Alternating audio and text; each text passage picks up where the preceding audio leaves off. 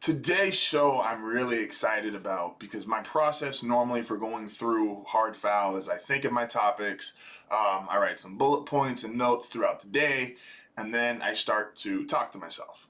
I talk to myself because I want to make sure whatever I'm about to say, can I myself, is it even believable to me? Because sometimes I'll think of something, I'll write down the idea, I'll write down some bullet points, then I start to talk about it, and it really doesn't materialize the way I think it's going to, so I scrap the subject. So the reason why I'm excited for today is a lot of these topics I'm going to talk about today, I originally, when I was writing down the bullet points and talking to myself, I thought one way. And then I've essentially talked myself out with different reasons and logic and think, oh, I think differently now. It's okay to think differently. Information changes the situation, and sometimes just rationalization changes the situation. So the biggest news of the week is James Harden going to the Nets, supposedly. That is the apparent trade on the table right now. So he would be joining Kyrie Irving and Kevin Durant in Brooklyn.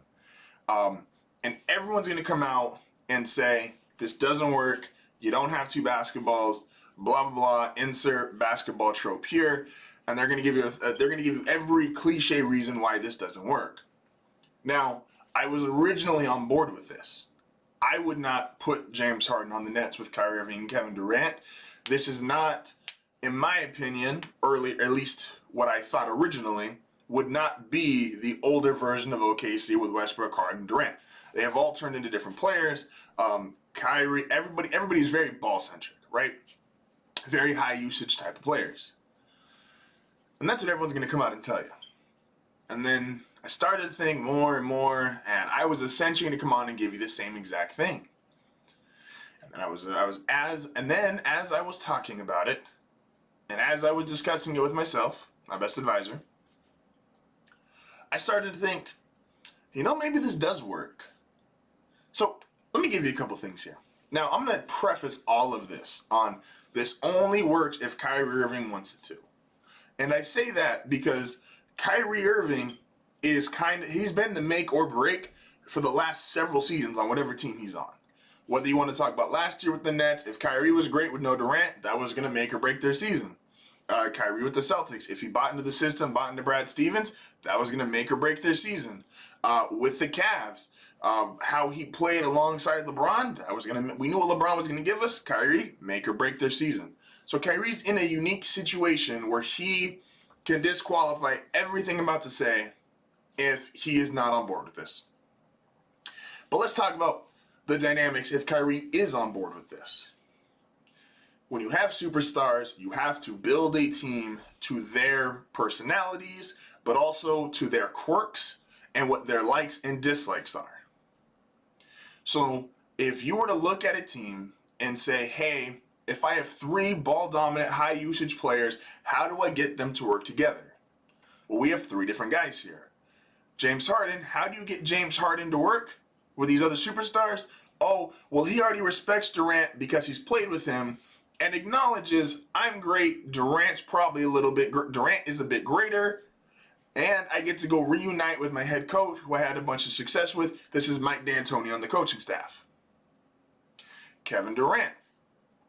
Before we get to Kevin Durant, if you want to work with Kyrie Irving, outside of his, like I said, him just overall willing to accept it, Kyrie came out this offseason, said, hey, on the podcast, hey, we really don't need coaches. We all kind of know what's going on. We don't need a coach. Kyrie has clearly shown you the only kind of opinions he's going to respect are guys that have been in his situation, in his shoes. So what did the Nets did? What did the Nets do? The Nets essentially hired an all-player coaching staff. Steve Nash is their head coach. Then Steve Nash brings on Amari. And then Steve Nash brings on Mike D'Antoni, who's played before and has years of experience as a coach. Those are kind of guys Kyrie is willing to look at and say, all right, I'll value your opinion. You've been in this spot before. You're not just X's and O's guys trying to tell me what to do or tell me. You're not just a disciplined guy who's going to come in and say, run more sprints. And then you have Kevin Durant. Kevin Durant in Golden State, and now what we'll all acknowledge, this is probably not as seamless a fit or as good a team as Golden State was when Kevin Durant joined them. Kevin Durant's been in a system and been on a team that has had multiple superstars. Kevin has been on a team that has had multiple Hall of Famers, and he's seen it work in Golden State, and he's seen it not work to his level in OKC. So Kevin Durant already knows, hey, I was in OKC, I was with Harden, I was with Russ, we had all this and Serge had all this talent, and we didn't go as far as we thought we could have. I was in Golden State when I had Steph and Clay and Draymond, and no one could beat us for 3 years outside of injuries. You guys listen to me, and we have Steve Nash, who was a part of not the coaching staff, but was a advisor and instructor during that run. You guys listen to me, what I know we can bring from them and incorporate here to give us that same level of success. This has a chance to work. Like I said, everyone's going to come out today and the last couple of days going to say, hey, there's no way this works. They all want the ball. It's way too high usage. I'm starting to think more and more, this is going to be, we have hard right, hard left today. This is going to be, I am already claiming hard left because my initial introduction or my initial thoughts on this was there's no way this works. No chance, not happening. It's a lot of talent, but the Sixers had a lot of talent and they didn't win. This is going to be a really talented team, way too high usage, guys who are just going to want to dominate the ball. No way this works. But I'm going to come out and be the first person. I'm going to jump on this. Be the first person to say, you know what? I think I'm wrong. I think this Nets team does work. I think this Nets team has a very confident road to the Eastern Conference Finals. And if they get in the NBA Finals against the Lakers, this isn't going to be Lakers versus Miami. Or even if they get up against the Clippers, whoever thinks the best team in the West.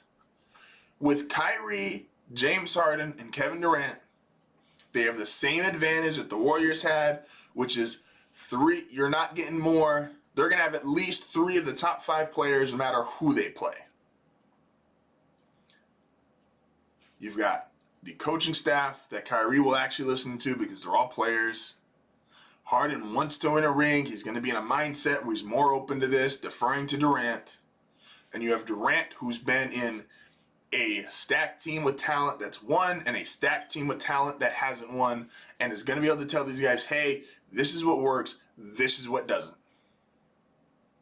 I'm not going to guarantee the Nets a championship, but I'm going to say the Nets are going to have a far more successful and fluid season than anybody's going to give them a chance to have if they acquire James Harden.